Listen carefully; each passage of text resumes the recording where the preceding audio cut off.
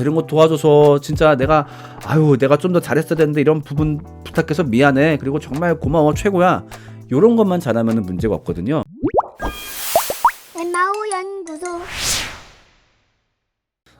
사실 평소에 찬양팀을 많이 혼내는 얘기를 좀 많이 했다 보니까 오늘은 찬양팀한테 조금 도움될 수 있는, 혹은 찬양팀한테 직접적으로는 아니지만 찬양 인도할 때 좀 도움될 수 있는 얘기를 해볼게요.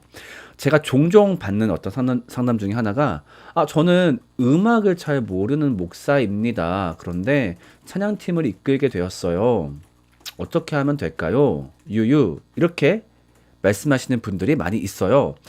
이럴 때는 보통 갈등 관계로 이어지기도 쉽지요. 자, 그런데 보통 이런 문제가 발생할 때는 목사님이 음악을 모르셔서 발생하는 갈등 관계라기보다도 뭐 사람 관계가 다 마찬가지인데, 어떻게 말을 하느냐, 어떤 태도를 갖고 있느냐 때문에 발생하는, 그것이 원인이 돼서 어떤 갈등이 발생하는 경우가 많거든요. 그래서 이럴 때 예를 들면 그런 거죠. 그러니까 목사님이 막 지나치게 권위를 내세운다든가, 아니면은 막 무리하게 아는 척을 한다든가, 이제 그럴 때 좀 문제가 됩니다.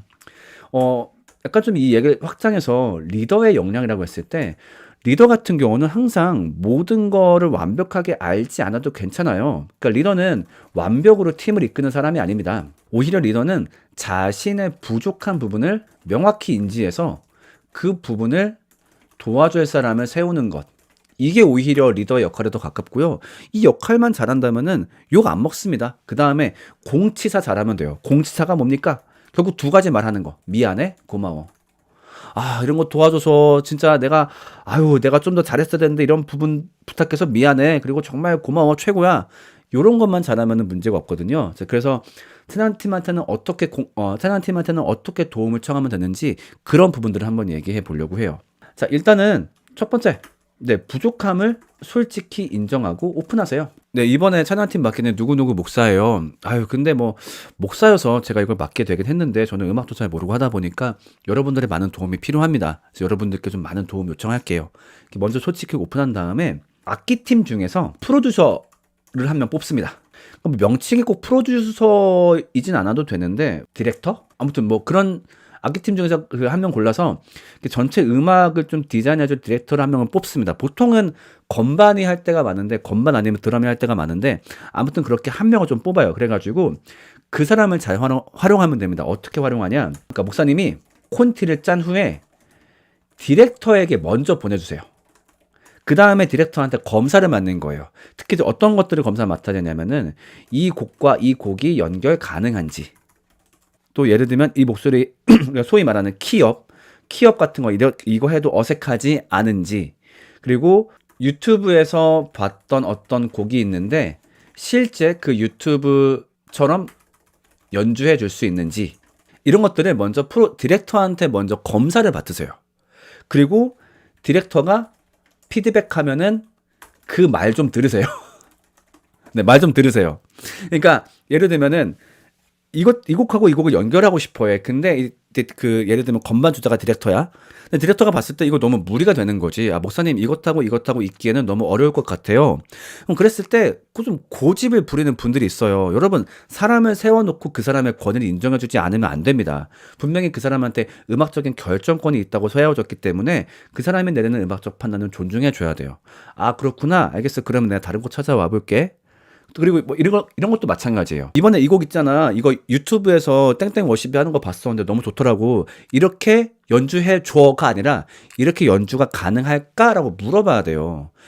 간혹 가다가 저도 연주자로서 어떤 때 불쾌했었냐면은, 목사님들 중에서 찬양팀을 노래방 반주기처럼 아는 분들이 있어요. 그래가지고 이거 좋더라. 이렇게 해줘. 그게 소위 말하는 카피인데, 여러분, 카피가 절대 쉬운 게 아니에요.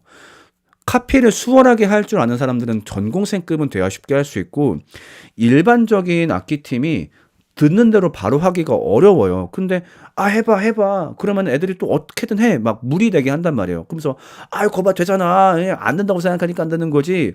이렇게 말씀하시면 안 돼요. 특히 어떤 곡 같은 경우는 카피하는 것 자체에 시간을 되게 많이 쓸 수 있기 때문에, 악기팀이 예를 들면 디렉터가 목사님 이거 카피가 가능하긴 한데 최소 한 달은 걸려요 라고 얘기하면은, 그 말을 좀 들어주세요. 잘 들어주세요. 그렇게 해서 정말 그 피드백, 디렉터에게 피드백을 잘 받으시면 되겠고, 그 다음에 찬양팀 연습 시작할 때 처음에 최소 15분 아니면 권장 25분 정도는 악기팀과 싱어팀이 따로 연습하세요. 왜냐면 악기팀끼리 미리 해놔야 될 게 있어요. 자, 뭐냐면은, 자, 예를 들면은 그 전날 디렉터가 목사님한테 이런 것들을 부탁을 받았어. 누구 자매 이거 꼭 연결할 수 있을까요? 가능합니다. 그러면은 악기팀도 그걸 한 번은 맞춰봐야 되거든. 그러면 처음에 악기팀이 따로 연습을 먼저 해야 돼요. 그래서 악기팀이 얘기하는 거지. 얘들아, 그 목사님이 이번에 이 곡하고 이 곡 이어달라고 얘기했거든. 그래서 중간에 그 키를 한번 바꿔야 될 것 같아. 자, 봐봐. 여기 A 끝난 다음에 E7 가고 그 다음에 F7 가서 이렇게 B 갈 거야. 오케이. 그래서 4박씩 갈 거야. 이런 식으로 그 디자인하는 시간이 필요해요. 이렇게 분리하는 연습을 따로 안 가지면은 같이 연습하다가 말고 중간에 막 악기팀이 갑자기 지들끼리 막 뭐라 해. 그러면은, 나중에 하란 말이야. 이렇게 얘기할 때가 있는데, 그렇게 하면 안 되거든요. 그래서 악기팀끼리 따로 연습하는 시간을 줘야 됩니다. 그러면 그때 싱어팀 뭐 하냐 할 거 없는데, 싱어팀 그 사이에 뭐 할 거 하면 되죠. 뭐 제가 제일 추천하는 것은 화음 연습. 후렴 파트 같은 경우는 화음이 뒷받쳐 주면요, 오히려 멜로디가 더 잘 들리는 효과가 나거든요. 그래서 싱어들끼리 그 테너, 알토 나눠가지고 그 화음을 연습하면은 그 시간대 충분히 화음 연습할 수 있고, 그러면 난 화음 연습할 나는 화음 이거 짤 줄 모르는데 어떡하냐?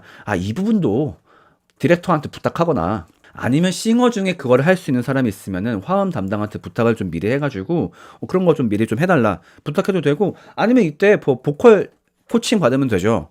뭐 우리 중에 보컬 좀 가르칠 수 있는 사람이 있다. 뭐 코칭 받으면 되고, 만약에 없다 그러면은 뭐 유튜브 영상 하나 보면서, 이제는 좋은 컨텐츠 얼마나 많습니까? 유튜브 영상 보면서 다 같이 막 이런 거 하는 거지. 그래서 그렇게 따로 연습한 후에 함께 같이 연습하면 훨씬 나을 거고요. 그 다음에 악기팀도 미리 준비했지만 막상 함께 하다가 보면은 악기팀이 이 준비를 다시 해야 될 때가 있어요. 그래가지고 만약에 디렉터가 연습 도중에 목사님 잠깐만요 이거를 얘기하면은 악기팀끼리 맞출 수 있는 시간을 잠깐만 허락해 주세요.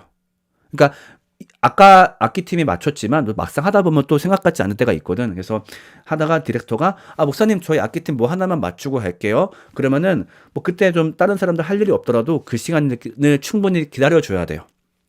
또 이때는 보통 오래 안 걸려요. 이미 한번 디자인하고 하는 거기 때문에 그 시간을 기다려 주고 다시 하면은, 네, 그렇게 하면은 문제 없습니다. 그리고서 이렇게 한다면은 오히려 이 디렉터가 정말 잘 활동할 수 있게 도와준 역할을 하는 거다 보니까, 네, 정말 문제 없고, 그 다음에 공치사, 네, 잘해주는 거죠. 공치사가 뭡니까? 아까 얘기했지만 디렉터한테 늘 얘기하는 거죠.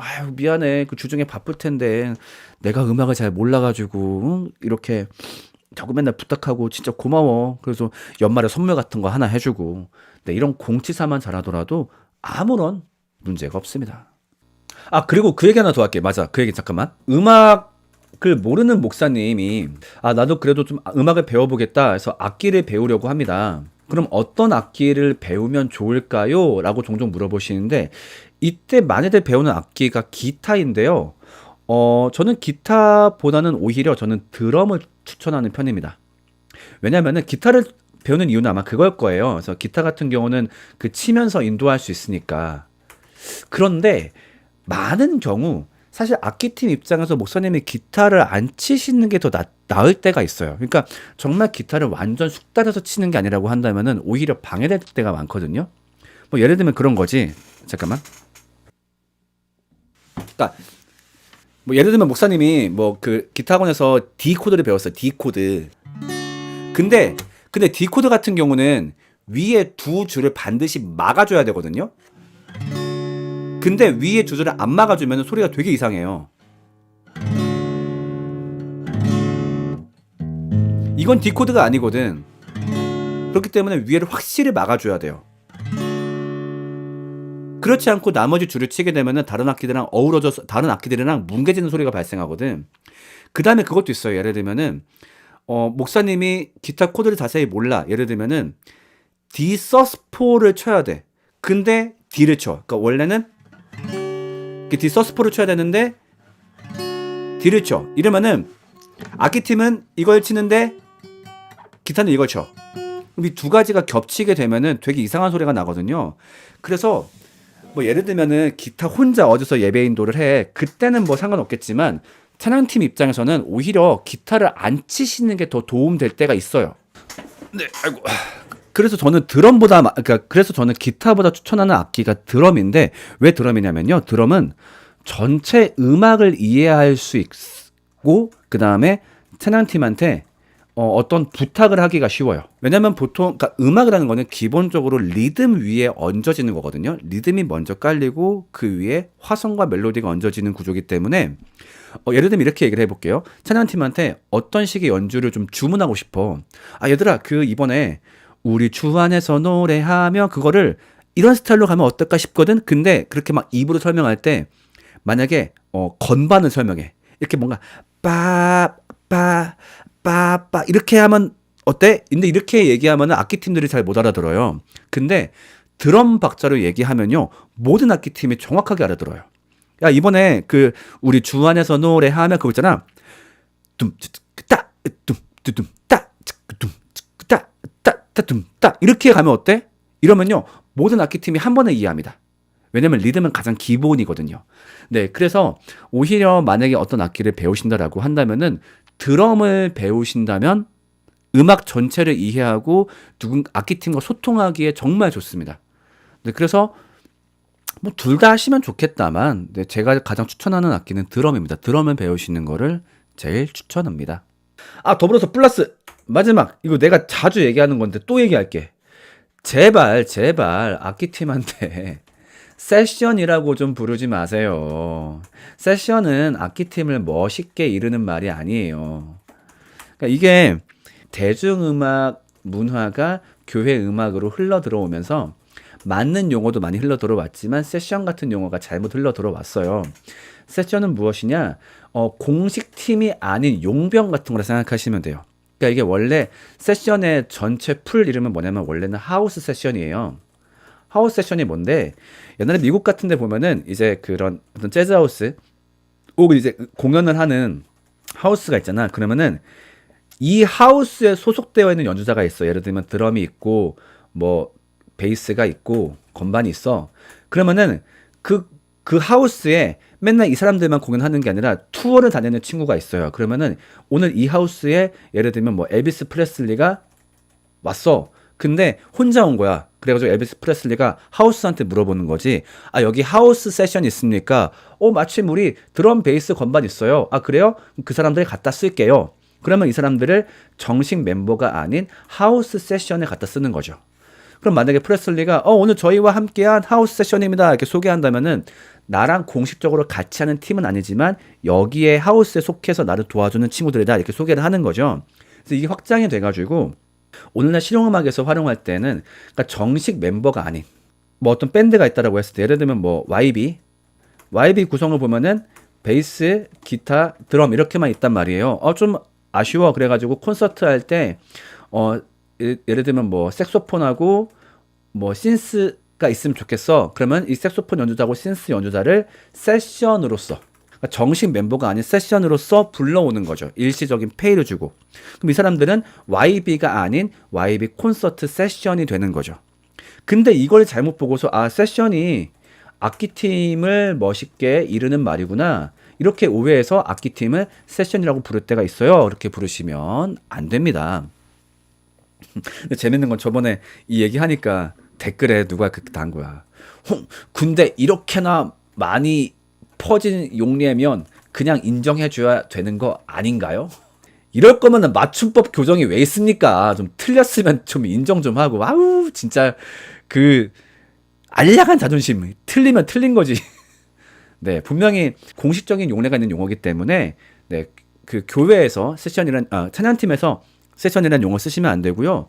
예를 들면 교회에서 세션이란 말을 쓴다면은 그런 게 될 수 있겠네요. 예를 들면은 어떤 CCM 가수가 왔어. 가수가 이제 혼자 왔다 보니까 교회 찬양팀에서 좀 이렇게 연주를 뒤에서 해준 거죠. 그러면 그때 그 찬양팀을 세션이라고 부를 수 있겠죠. 하지만 매주 같이 하는 팀에서 악기팀을 세션이라고 부르면은 안 되는 겁니다. 음향도 좀 배우셨으면 아, 언제 한번 할까? 이거 내가 할까? 목사님들을 위한 음향 강의.